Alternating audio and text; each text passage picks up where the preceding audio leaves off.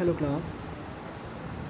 Basically आज हम pharmacology का एक और इम्पॉर्टेंट चैप्टर की शुरुआत कर रहे हैं जो कि ओपियोइड एनालिसिस से काफ़ी इंट्रोडक्शन में हमने देखा। आज हम थोड़ा सा आगे बात करेंगे। मान लीजिए किसी पेशेंट का कोई मेजर एक्सीडेंट हुआ है, उसकी कई हड्डियाँ टूट गई हैं, उसका पेन बेसिकली इतना ज़्यादा है कि वो चिल्ला रहा है ना। तो क्या वो केवल पैरासीटामोल देने से उसका दर्द ठीक हो जाएगा? तो इसका आंसर है नहीं। ऐसे पेशेंट्स को ऐसी ड्रग देनी चाहिए जो बहुत तेज़ दर्द, जो बेसिकली सीवियर पेन है, उसको भी कंट्रोल कर सके। तो यहीं से शुरुआत होती है हमारी ओपियोइड एनालिसिस का, है ना। मान लीजिए किसी कैंसर पेशेंट को एक लास्ट स्टेज में बहुत सीवियर पेन हो रहा है, ना वो सो पा रहा है, ना वो चल पा रहा है, ना ही वो बोल पा रहा है ना। तो ऐसे टाइम पे सबसे इफ़ेक्टिव पेन किलर कौन सी होती है? तो उसी में हमारी ओपियोइड एनालिसिस की जो ड्रग्स आती हैं वो होती है मॉर्फिन, फेंटानिल, ऑक्सीकोडोन, हाइड्रोकोडोन, ऐसी ओपियोइड्स। यही रीज़न है कि इनको हम स्ट्रॉन्ग एनालिसिस कहते हैं, है ना। पिछले लेक्चर में हमने पढ़ा था कि इंजरी क्या होता है, फिर नोसिसेप्टर्स, पेरिफेरल नर्व से स्पाइनल कॉर्ड में, फिर ब्रेन में, फिर पेन का एक्सपीरियंस होता है। ये पेन का मैंने पाथवे बताया था, है ना। अब सवाल ये आता है कि क्या ओपियोइड्स इंजरी को ठीक करता है?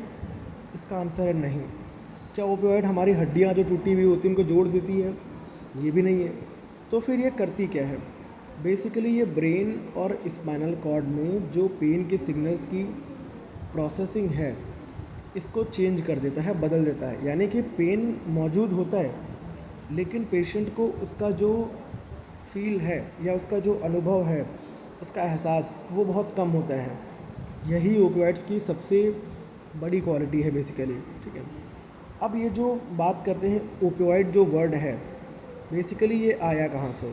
ठीक है, सबसे स्टार्टिंग में इसके बारे में लिखा हुआ है कि ओपियोइड वर्ड ओपियम से आया है। ओपियम बेसिकली एक नेचुरल सब्सटेंस है जो पेपावर सोमनिफेरम, एक ओपियम पॉपी के नाम का जो पौधा है, उससे एक लेटेक्स निकलता है। लेटेक्स का मतलब है जल, ठीक है, या फिर एक ऐसा जलनुमा सब्सटेंस, ठीक है। तो हज़ारों साल पहले क्या करते थे लोग, ओपियम का यूज़ करते आ रहे हैं। जैसे प्राचीन मिस्र में, यूनान में, भारत में भी, चीन में भी, सभी जगह क्या होता था, इसका यूज़ दर्द को कम करने और नींद को लाने के लिए किया जाता था।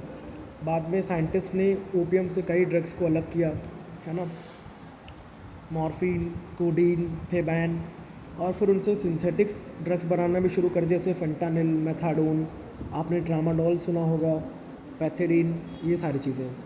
तो ओवरऑल अगर मैं आपसे कहूँ ओपियोइड एनालिसिस क्या होते हैं, तो ओपियोइड एनालिसिस वे ड्रग्स होती हैं जो बॉडी के ओपियोइड रिसेप्टर्स पे काम करके मॉडरेट से सीवियर पेन को कम करती हैं, ठीक है। सिंपल भाषा में ऐसी पेन किलर ड्रग जो ब्रेन और स्पाइनल कॉर्ड में प्रेजेंट स्पेशल रिसेप्टर्स पे काम करके पेन के परसेप्शन, मीन्स उसकी जो अनुभूति है, उसको कम कर दें, उन्हीं को हम ओपियोइड एनालिसिस कहते हैं।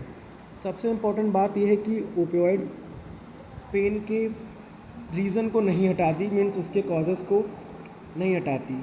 ये पेन की जो फीलिंग्स हैं बेसिकली इनको कम करती है।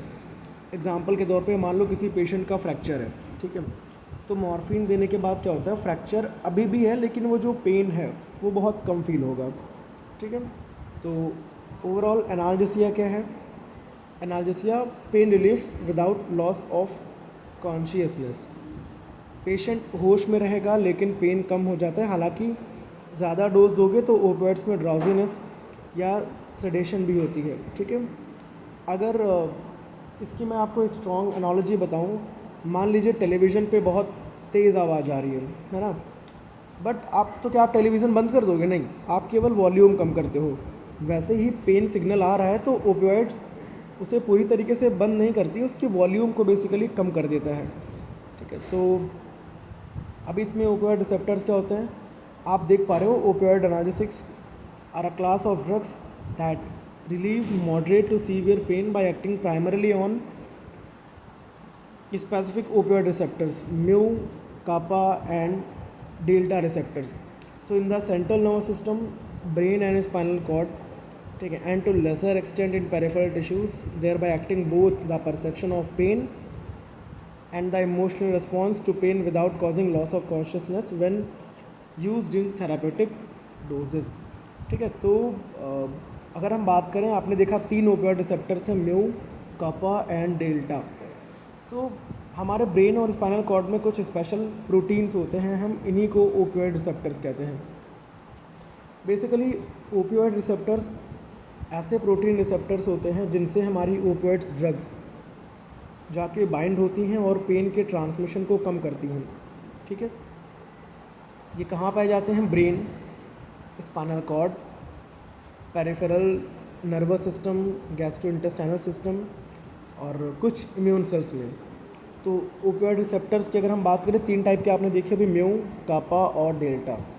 देखो, म्यू जो रिसेप्टर्स हैं ये सबसे इम्पॉर्टेंट है। इनका काम क्या है? थोड़े से powerful analgesia, respiratory depression, euphoria, physical dependence, meiosis का मतलब होता है जो हमारी आँखों की प्यूपिल्स होती है ये बहुत कॉन्स्ट्रिक्ट हो जाती हैं, एंड कॉन्स्टिपेशन ऑल्सो। दूसरा है कप्पा।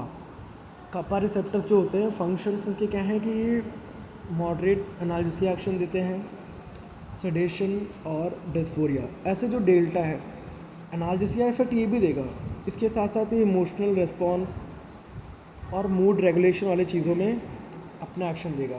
ठीक है, तो शरीर बेसिकली अपने ओपियोइड्स भी बनाता है। सबसे इंटरेस्टिंग बात यह है कि क्या केवल मॉर्फिन ही एक ओपियोइड है? ऐसा भी नहीं है, हमारे बॉडी में नेचुरल ओपियोइड्स भी बनते हैं, इनको बोलते हैं एंडोजीनस ओपियोइड्स। ठीक है, तो कुछ स्पेशल एंडोजीनस ओपियोइड्स मैंने आपको कल भी बताया था प्रीवियस क्लास में, एंडोर्फिन्स, एंकेफेलिन्स और डायनोर्फिन्स। ये कब निकलते हैं? जैसे कि जब हम एक्सरसाइज करते हैं, बहुत थक जाते हैं, बॉडी पेन होती है, तब मेडिटेशन के टाइम पे, योगा, हंसने के टाइम पे, जब बहुत खुश होते हैं, या जब हम कभी खेल कूद में ज़्यादा इन्वॉल्व होते हैं। इसीलिए जब बहुत लंबी सी दौड़ के बाद कुछ लोगों को बहुत अच्छा महसूस होता है, इसे हम रनर्स हाई भी बोलते हैं बेसिकली। तो ओपियोइड्स पेन कैसे कम करेंगी? सबसे इम्पॉर्टेंट मैकेनिज़्म हमारा यही आता है। रिकॉल करो, मैंने आपको पेन पाथवे बताया था। इंजरी हुई, नोसिसेप्टर्स को सिग्नल्स उन्होंने दिया स्पाइनल कॉर्ड को, वहाँ से ब्रेन में गए। ठीक है, तो मॉर्फिन कहाँ काम करेंगे? मेनली ब्रेन और स्पाइनल कॉर्ड में। ठीक है, चलो कैसे काम करेंगे ये तो हम आगे अभी ड्रग्स पे जानेंगे कैसे क्या होगा। ठीक है, अभी थोड़ा सा हम बात करेंगे, ना कि डायरेक्टली क्लासिफिकेशन की बात करेंगे। ओपियोइड एनालिसिस में नेचुरल, सेमी सिंथेटिक और सिंथेटिक अलग अलग तरीके से इनके क्लासिफिकेशंस हैं।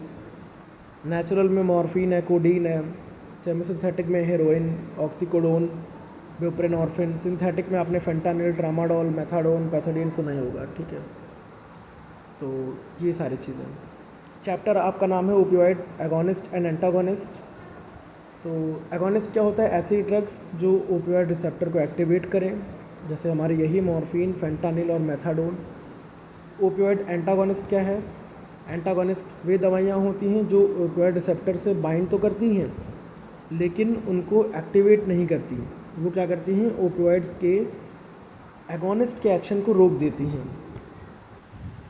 सिंपल सी लैंग्वेज में, आसान भाषा में, मान लो, सोचो कि रिसेप्टर एक लॉक है और मॉर्फिन एक सही चाबी है, वही लॉक को खोल देती है। लेकिन नैलोक्सोन एग्जांपल में वो एक एंटागोनिस्ट है बेसिकली, वो भी उस लॉक में लग जाती है। फ़र्क ये है कि नैलोक्सोन लॉक में लग तो जाती है बट उसको खोलती नहीं है। ठीक है, बस मॉर्फिन को अंदर जाने नहीं देती। बस यही सारी चीज़ें हैं। तो अभी हम बात करेंगे इसमें जो हमारा नया या नेक्स्ट तरीके से हम बात करेंगे फार्माकोलॉजिकल एक्शंस। ठीक है, देखो पिछले अभी वाले इसमें टॉपिक पढ़ा हमने, मॉर्फिन, फेंटानिल, कोडीन, ट्रामाडोल, ये जो भी ड्रग्स हैं ये ओपियोइड रिसेप्टर्स पे काम करती हैं। ठीक है, तो आज बेसिकली एक इम्पॉर्टेंट क्वेश्चन की बेसिकली वापस शुरुआत करते हैं। क्या मॉर्फिन केवल पेन को कम करती है? तो फिर से इसका आंसर है नहीं। ठीक है, अगर ऐसा होता तो मॉर्फिन लेने के बाद कुछ पेशेंट्स को नींद क्यों आती है ना? कुछ पेशेंट्स बहुत खुश हो जाते हैं। खुश होने को मतलब यूफोरिया क्यों महसूस करते हैं? कुछ की सांसें धीमी हो जाती हैं जिसको हम रेस्पिरेटरी डिप्रेशन कहते हैं, कुछ की आँखों की जो प्यूपिल्स है इनमें मेयोसिस हो जाता है, और कुछ मॉर्फिन की ओवरडोज से मर भी सकते हैं या फिर कई बार मर जाते हैं। ठीक है, तो रेस्पिरेटरी डिप्रेशन की वजह से, तो इसका मतलब है कि ओपियोइड जो है केवल पेन पर नहीं बल्कि पूरे सेंट्रल नर्वस सिस्टम पे एक बहुत गहरा प्रभाव डालते हैं। ठीक है, तो सीएनएस पर ओपियोइड्स के फार्माकोलॉजिकल एक्शन, आज हम इन्हीं के एक्शंस को पढ़ेंगे, जैसे कि analgesia, sedation, euphoria, dysphoria, hallucination, respiratory depression, cough suppression, miosis, nausea and vomiting, muscle rigidity. अब देखो हमारी ये जो भी ओपियोइड ड्रग्स हैं ये बॉडी के बहुत डिफरेंट सिस्टम्स पे भी काम करती हैं। ठीक है, हम चाहते हैं सिर्फ दर्द को कम कम कम कम करें, मगर इसके साथ और भी बहुत सारी चीज़ें आ जाती हैं, जैसे कि पहला है सेंट्रल नर्वस सिस्टम। अब यहाँ पे एनाल्जेसिया इफेक्ट अगर पूछा जाए कि मॉर्फिन का प्राइमरी फार्माकोलॉजिकल एक्शन क्या है, तो आप बहुत इजीली आंसर दोगे क्या, एनाल्जेसिया।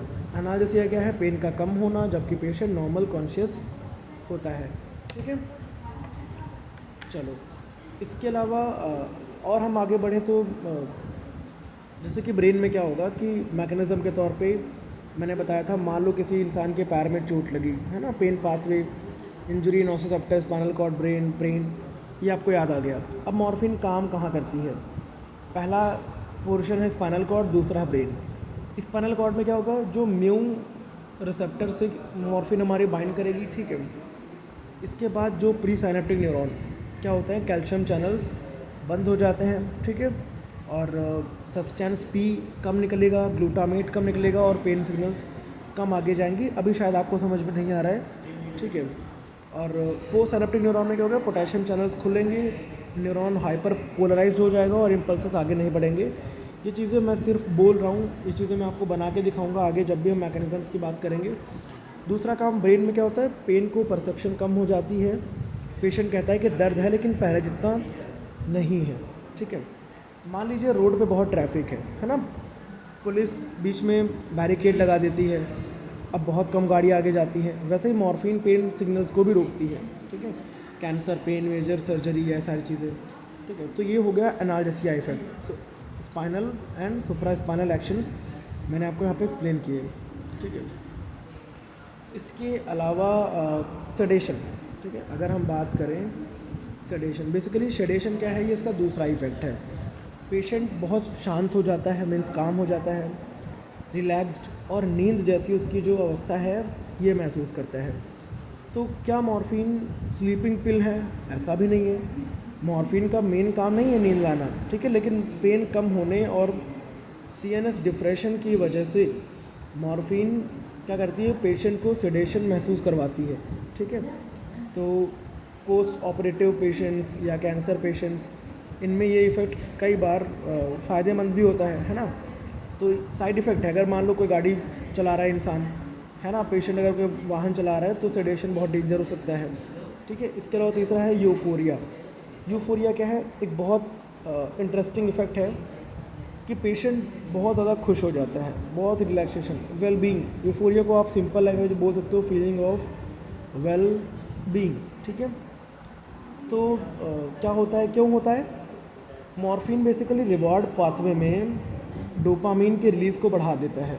तो ब्रेन का जो एरिया होता है मेसोलिम्बिक डोपामाइन सिस्टम, यहाँ पे, तो इससे पेशेंट कह सकता है कि मुझे बहुत अच्छा लग रहा है। ठीक है, तो यही इफ़ेक्ट एडिशन का सबसे बड़ा कारण है कि लोग इसके लिए हैबिचुअल हो जाते हैं, इसकी आदत लग सकती है लोगों को, क्योंकि इसको लेने के बाद बहुत अच्छा लगता है, थोड़ा सा फीलिंग ऑफ वेलबींग या यूफोरेटिक एक्शन की वजह से। ठीक है, तीसरा है या नेक्स्ट चौथा डिस्फोरिया।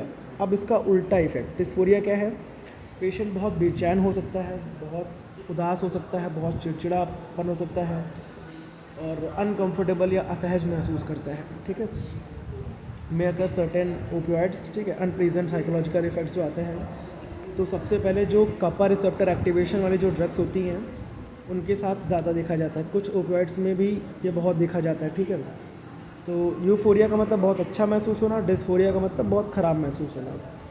ठीक है, इसके अलावा डिस्फोरिया मैंने बता दिया है, हेलोजिनेशंस भी है। हेलोजिनेशंस क्या है? एक ऐसी चीज़ देखना, सुनना, महसूस करना जो वास्तव में मौजूद नहीं है। एग्जाम्पल के तौर पे पेशेंट कहे कि कमरे में कोई खड़ा है लेकिन वास्तव में कोई नहीं है ना? क्यों होता है? हाई डोज ऑफ ओपियोइड्स की वजह से, या सेंसिटिव पेशेंट्स में इसमें सीएनएस का बहुत ज़्यादा इफ़ेक्ट देने की वजह से ऐसा होता है। तो कैंसर पेशेंट्स में हाई डोज मॉर्फिन थेरेपी के दौरान कभी कभी ऐसा देखा जा सकता है। इसके अलावा रेस्पिरेटरी डिप्रेशन, ठीक है, सबसे इम्पॉर्टेंट ये भी एक्शन है। रेस्पिरेटरी डिप्रेशन का मतलब होता है ब्रीदिंग की रेट और उसकी जो डेप्थ है ये कम हो जाना, ठीक है। तो ब्रेन स्टेम में रेस्पिरेटरी सेंटर होता है। नॉर्मली क्या होता है, कार्बन डाइऑक्साइड बढ़ती है ना, रेस्पिरेटरी सेंटर स्टिमुलेट होता है और ब्रीदिंग बढ़ती है। मॉर्फिन क्या करेगी? रेस्पिरेटरी सेंटर की कार्बन डाइऑक्साइड के लिए सेंसिटिविटी कम कर देती है। अब कार्बन डाइऑक्साइड बढ़ने पर भी ब्रेन उतना रिस्पॉन्स नहीं देता है, ब्रीदिंग क्या हो जाती है, बहुत स्लो हो जाती है, ठीक है। तो बेसिकली ये ओपियोइड ओवरडोज में डेथ का सबसे कॉमन कॉज है, इसलिए इसको बहुत सावधानी से लेना चाहिए और इसीलिए कभी भी ये दवाएं बिना प्रिस्क्रिप्शन के मिलती भी नहीं हैं। एंड सिम्टम्स की बात करें, ब्रीदिंग इसमें बहुत स्लो हो जाएगी, शैलो हो जाएगी, साइनोसिस बोले तो ब्लू डिस्कलरेशन ऑफ स्किल या अनकॉन्शियसनेस, ये सारी चीज़ें, ठीक है। तो इसके लिए इसका ट्रीटमेंट होता है नैलोक्सोन, जो एक एंटागोनिस्ट है बेसिकली। तो पेशेंट ने बहुत ज़्यादा मॉर्फिन ले ली, ब्रीदिंग 6 ब्रीथ्स पर मिनट हो गई, 12 से 6 हो गई, है ना। पिन पॉइंट प्यूपिल, डॉक्टर क्या देगा? नैलोक्सोन, ठीक है। अगला है हमारा कफ सप्रेशन। देखो मेडुला में, हमारे ब्रेन के मेडुला वाले पार्ट में एक कफ सेंटर होता है। मॉर्फिन और स्पेशली जो कोडीन है इसे डिप्रेस करती है, तो इसकी वजह से जो खांसी है, मतलब कफ रिफ्लेक्स है, ये कम हो जाता है। तो इसीलिए कोडीन को हम यूज़ करते थे कफ वगैरह के ट्रीटमेंट में। तो ड्राई कफ में कोडीन कफ सप्रेसेंट के तौर पे, जैसे कि आपने सुना होगा कोडी स्टार आती थी या कोरेक्स, बेसिकली इसमें कोडीन फॉस्फेट की मात्रा थी जो खांसी को कम करती थी, मगर लोगों ने क्या किया, इसका गलत इस्तेमाल किया। खांसी को कम करने के बजाय लोग इसको नशे के तौर पे लेने लगे, उनको आदत लग गई, इसीलिए इसको बीच में बैन किया गया, या फिर इसके अंदर मौजूद जो कोडीन फॉस्फेट थी उसकी मात्रा को घटा दिया गया, ठीक है।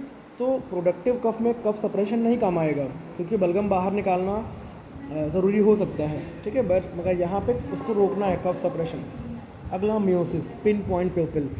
मियोसिस क्या होता है? प्यूपिल का बहुत छोटा हो जाना, इसी को बोलते हैं पिन पॉइंट प्यूपिल, ठीक है। तो ओपियोइड्स के तौर पे जैसे एडिंगल, वेस्टफॉल न्यूक्लियस को बेसिकली ये स्टिमुलेट करते हैं, ठीक है, ऑक्यूलोमोटर नर्व में।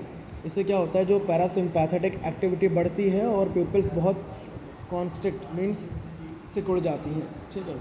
तो मॉर्फिन ओवरडोज की जो क्लासिक ट्रायड है, बेसिकली रेस्पिरेटरी डिप्रेशन, फिर कोमा आना, फिर पिन पॉइंट प्यूपिल आना, ये चीज़ें हो सकती हैं, ठीक है। इसके अलावा नोज़िया एंड वॉमिटिंग।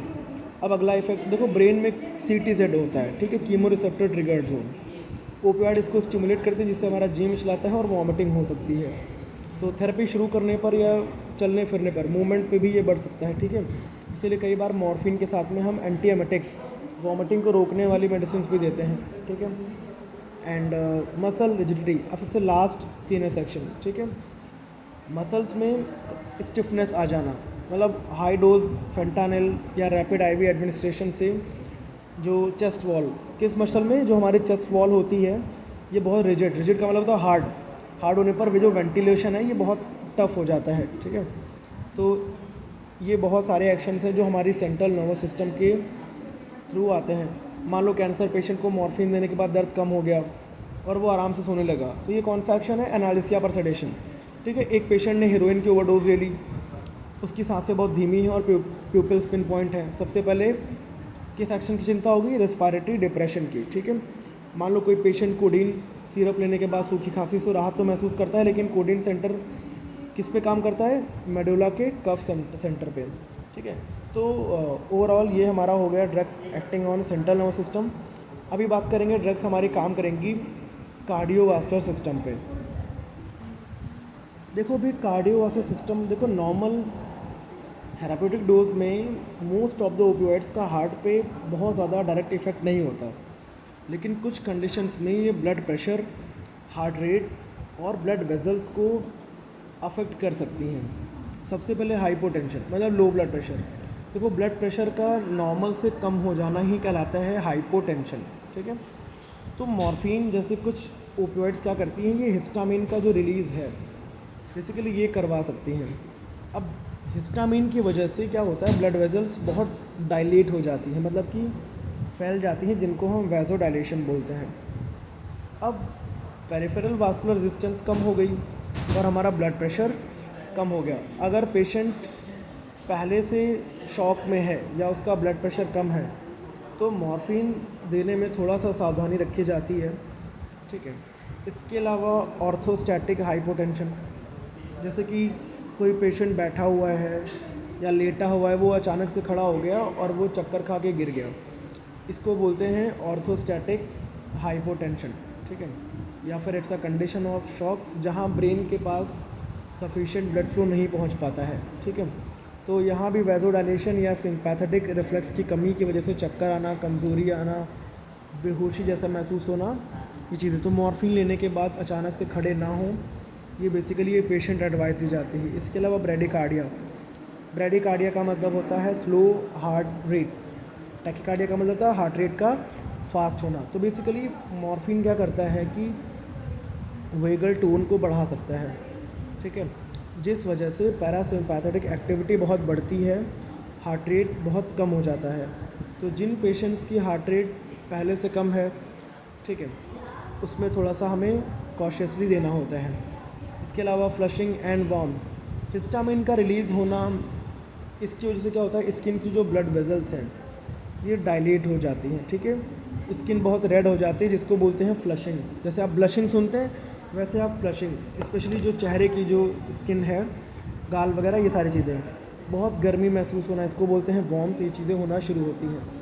स्वेटिंग, कुछ पेशेंट्स में हिस्टामिन रिलीज़ और ऑटोनॉमिक चेंजेस की वजह से पसीना बहुत बढ़ सकता है, तो ये सारा भी हो सकता है। मायोकार्डियल इन्फार्क्शन, एक इम्पॉर्टेंट क्लैरिफिकेशन ये समझ लो कि मॉर्फिन कभी भी मायोकार्डियल इन्फार्क्शन नहीं कराती, ठीक है, बल्कि जो एक्यूट मायोकार्डियल इन्फार्क्शन, ठीक है, हार्ट अटैक में बेसिकली जो स्पेशल कंडीशंस में या जो सीवियर चेस्ट पेन को कम करने और एंजाइटी को घटाने के लिए ही मॉर्फिन्स का हम यूज़ करते हैं।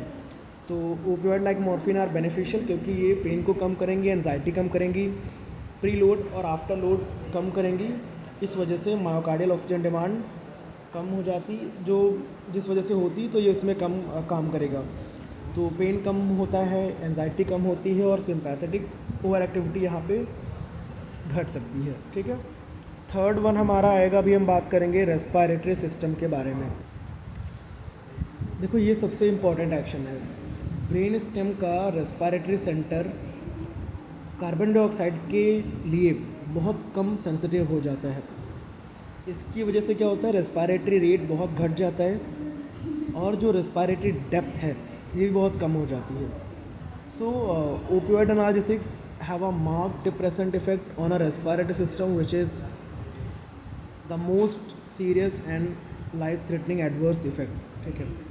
तो क्लिनिकली ज़रूरी हमारे लिए समझना ये है कि ओपियोइड्स की ओवरडोज में मरने का सबसे प्राइमरी रीज़न रेस्पिरेटरी डिप्रेशन ही होता है, ठीक है। इसके अलावा ब्रीदिंग बहुत स्लो, शैलो या इरेगुलर हो जाती है। सीवियर केसेस में प्रोग्रेस टू एपनिया, एपनिया का मतलब सांसें एकदम कम हो जाना, ठीक है।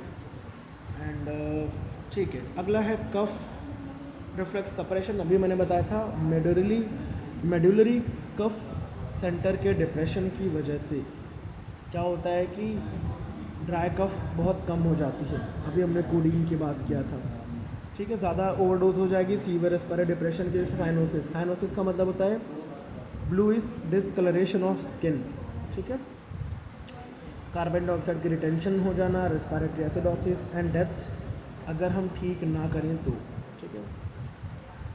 अभी हम नेक्स्ट बात करेंगे GI system, gastro intestinal system. Opioids GIT पर बहुत गहरा इफेक्ट डालती हैं। ठीक है, तो फर्स्टली जैसे कि कॉन्स्टिपेशन होता क्या है कि अगर आपसे मैं पूछूं कि ओपियोइड्स का मेजर साइड इफ़ेक्ट क्या है तो आप बताओगे रेस्पिरेटरी डिप्रेशन।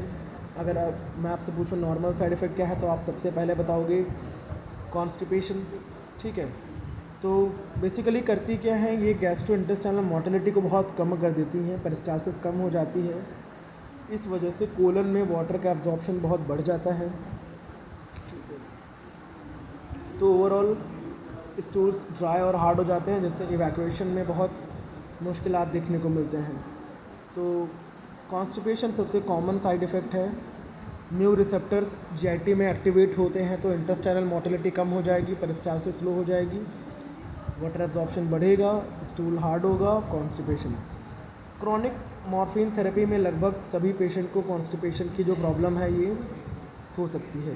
ठीक है, इसके अलावा डिलेड गैस्ट्रिक टाइम, स्टमक धीरे धीरे खाली होता है, पेशेंट को भारीपन महसूस हो सकता है, बिलेरी ट्रैक्ट की टोन बढ़ सकती है, opioid sphincter of Audi basically इसका टोन बढ़ा सकती है, इसका मतलब कि बिलेरी प्रेशर बढ़ सकती है। ठीक है, तो गॉल स्टोन वाले पेशेंट्स में पेन बढ़ जाता है।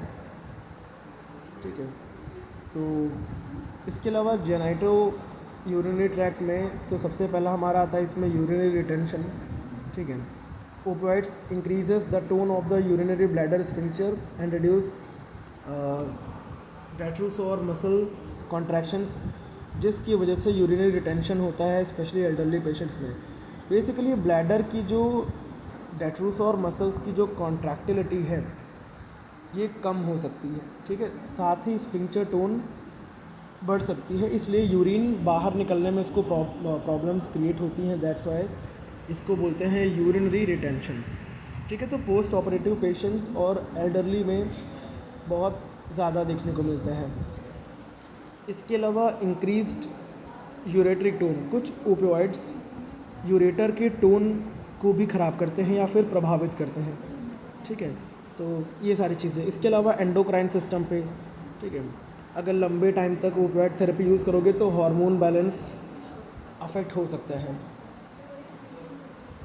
जैसे कि जो GnRH का जो रिलीज़ है, ठीक है, ये भी कम हो जाएगा। ठीक है, तो LH और FSH भी कम होगा, टेस्टोस्टेरोन कम होंगे, सेक्सुअल डिसफंक्शन कम हो जाएगी, और लिबिडो का मीन्स होता है डिज़ायर ऑफ सेक्स, ये भी कम हो सकता है। ठीक है, तो दैट्स वाई। ठीक है, तो गोनाडोट्रोपिन्स जो भी हार्मोन है LH एंड FSH ये सप्रेस्ड हो सकते हैं। ठीक है, तो नेक्स्ट है, इसके अलावा थोड़ा प्रोलैक्टिन का सिक्रेशन बढ़ सकता है, लिखा हुआ है। ठीक है, increase prolactin secretion and growth hormone में अगर कुछ पेशेंट्स में प्रोलैक्टिन का स्तर बढ़ जाता है। ठीक है, ADH एंटी डायरेटिक हार्मोन के बढ़ जाने की वजह से वाटर का रिटेंशन बढ़ जाता है, जिस वजह से और ज़्यादा यूरिन का सिक्रेशन रुक जाता है। ठीक है, ग्रोथ हार्मोन इंक्रीज़ हो जाना, GH का रिलीज़ बढ़ जाना, और बहुत कुछ है। तो उसके अलावा स्मूथ मसल्स इफेक्ट क्या आएंगे, जैसे कि कई स्मूथ मसल्स का टोन बढ़ सकता है, एग्जांपल के तौर पे बिलियरी ट्रैक्ट, यूरिनरी ट्रैक्ट। ठीक है, सो ये सारी चीज़ें। तो एंड रिड्यूस प्रोपल्सिव मूवमेंट, जो भी प्रोपल्सिव मूवमेंट होते हैं, जैसे कि स्पेशली इंटेस्टाइन में, जिसकी वजह से कॉन्स्टिपेशन हो जाता है। ठीक है, तो in susceptible individuals broncho constriction भी हो सकता है due to histamine release, especially in asthmatic patients. ठीक है, एंड इसके अलावा जो इम्यून सिस्टम है बेसिकली, ठीक है, बेसिकली ये टॉपिक बहुत कम पढ़ाया जाता है लेकिन फार्माकोलॉजी में इंपॉर्टेंट है। कुछ ओपियोइड्स इम्यून सेल पर भी प्रेजेंट ओपियोइड रिसेप्टर्स को अफेक्ट कर सकते हैं। ठीक है, तो इसकी वजह से जो नेचुरल किलर सेल्स की एक्टिविटी कम हो जाती है, मैक्रोफेज फंक्शन अफेक्ट हो सकता है, साइटोकाइन रिलीज में थोड़े चेंजेस आ सकते हैं। तो ये बहुत सारी चीज़ें यहाँ पे बेसिकली इम्यून सिस्टम के बिहाफ पे भी हो सकती हैं। ठीक है, तो तो देखा जाए तो ओवरऑल हमने काफ़ी कुछ बात किया यहाँ पे आज इस लेक्चर में। ठीक है, ठीक है, इसमें हमारे ओवरऑल सारे सिस्टम्स हो गए। जो हमारी कल की क्लास आएगी इसमें हम बात करेंगे drugs acting on central nervous system या फिर ओपियोइड एनाल्जेसिक्स का, या फिर जो भी एंटागोनिस्ट में क्लासिफिकेशन ऑफ ड्रग्स है कि इसमें कौन कौन सी ड्रग्स हमें पढ़ना पड़ेगा, हम इनको देखेंगे। ठीक है, तो तब तक के लिए इस क्लास को ये रखते हैं, बाकी मिलेंगे नेक्स्ट क्लास में। Thank you and welcome.